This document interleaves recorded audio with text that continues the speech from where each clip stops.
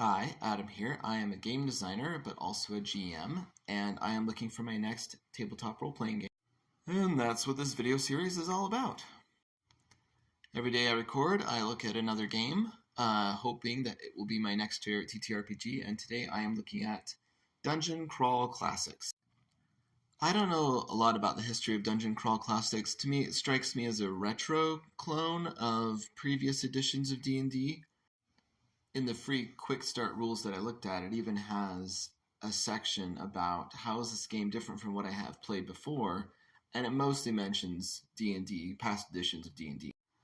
So as you might expect, you roll 1d20 when confronted with an obstacle, challenge, villain, monster, and you roll to either meet or beat their DC or AC, difficulty class or armor class.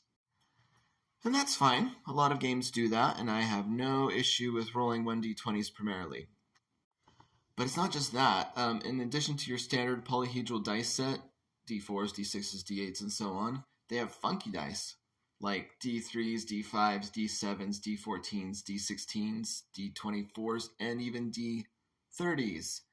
And I would be lying if I said I was familiar with all these dice or had even held them in my hand. Unlike D&D 5th edition where you have an advantage and disadvantage mechanic, what you do is you go up and down something called the dice chain, which is if you lined up those dice in number of sides from least to most, that's called the dice chain. And I guess you can go up or down the dice chain. I think it's the notation is plus D or minus D in the rules. And that's sort of how you can modify. There are modifiers, like you can add plus 3 or whatever. But you can also move up and down that dice chain if you have certain advantages or certain disadvantages. And having funky dice, I guess, is fine. I'm sure that my local game store would probably have some of those kinds of dice. I personally have never invested in them, and I've never even tried to. So this would sort of be a little bit of an investment. There are some rules about how to, like, if you want to roll 1d3 and you don't have a 3-sided die, whatever that looks like, you can roll a 1d6 die and then divide by half. But it does feel like more than your standard investment, right? Because not in addition to having your standard polyhedral dice, you have to get these others or be familiar with math that you can quickly on the fly divide by half for whatever. I also don't know how the D30 is supposed to work for that. I can understand the other ones, but the D30 is a little weird. And they don't really explain to you. Like they say for D4, roll 1d12 and 1d6. If the 6-sider is odd, add 12 to the D12 roll. But they don't really explain what you're supposed to do for a D30. So that's a little nebulous. Maybe you actually have to get a D30. The other core part of the game is that you're supposed to run your 0-level peasants. That's how you start as a 0-level peasant through the gauntlet, which they call the funnel, which is you put them in very, very dangerous situations.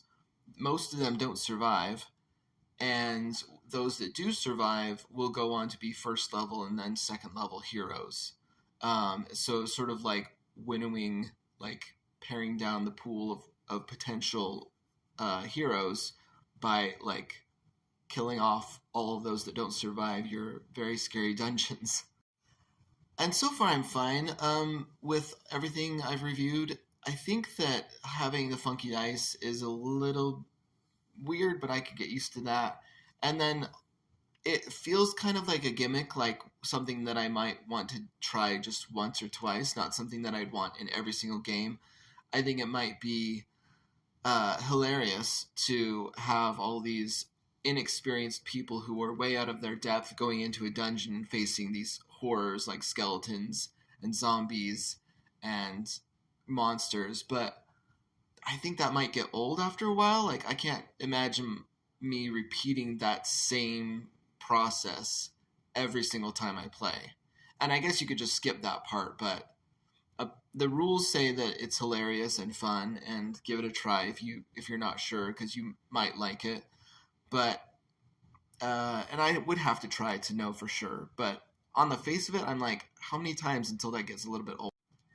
randomization seems to be a big element too. Like you're supposed to roll on random tables to create your character, including their profession, their fantasy species, all of that, which determines your starting gear, which isn't a lot because you're a 0 level peasant. But also your fumbles and crits, like those results vary wildly. If you roll a 1 or a 20 on that 20-sided die, you are supposed to roll on these tables, and the results are very, very varied. I'm not a huge fan of fumbles. It seems like oftentimes they're extreme, and it's no different in this game. Like some of these fumble results, some are actually beneficial, which is a little bit odd, but some of the fumble results are really devastating. And I guess if you're not expecting most of your 0 level peasants to survive, maybe that's not a bad idea. But like clerics can lose favor with their deity and all sorts of awful things. There are a number of things that I'm not enthusiastic about. One of them is that there's still alignment, although it seems to be pared down. There's not a good evil spectrum, but there is a lawful to chaotic spectrum. And I think alignment is just sort of feels really, really old-fashioned to me. And it's something that I ditched in my games a while back and never really missed it. You also have to roll initiative, and it's the very same rolling initiative technique that, at least my cursory glance at it, it looks exactly the same as what you would expect from D&D. And I don't like rolling for initiative, so I didn't like that. Ability scores, I'm not sure if that's what they're called in this game, but they are separate from modifiers, which is another ding against this because I really don't like that. There's also the feeling like that magic can really, really corrupt you. Like if you're a wizard and you want some extra oomph to your spells, you can actually consort with imps and other demons. There's a chance that casting spells can slowly corrupt you and turn you into something else, right? A soulless something. So it doesn't seem like you'd really want to cast spells all that often, so it actively disincentivizes you. But perhaps the thing I have the hardest time with, and the reason why I don't think Dungeon Crawl Classics will ever be my next favorite TTRPG, is that Cleric, Thief, Warrior, and Wizard are the classes, but in addition to those, the other classes are, and I'm not kidding, Elf, Dwarf, and Halfling. I know that previous editions of Dungeons & Dragons did this, where if you were an elf, that was not just your fantasy race, but also your class. And I just don't like that. It is very, very bioessentialist, like more so than D&D 5th edition. And it's just not something I'm looking for in a game. So I can see maybe running this as a one-shot. I would have to omit the bioessentialist stuff because I'm not a fan of that. And I could see like having one miniature campaign or something using this rule set. But otherwise, I couldn't see myself using this as my default fantasy game system. So I'm going to keep looking.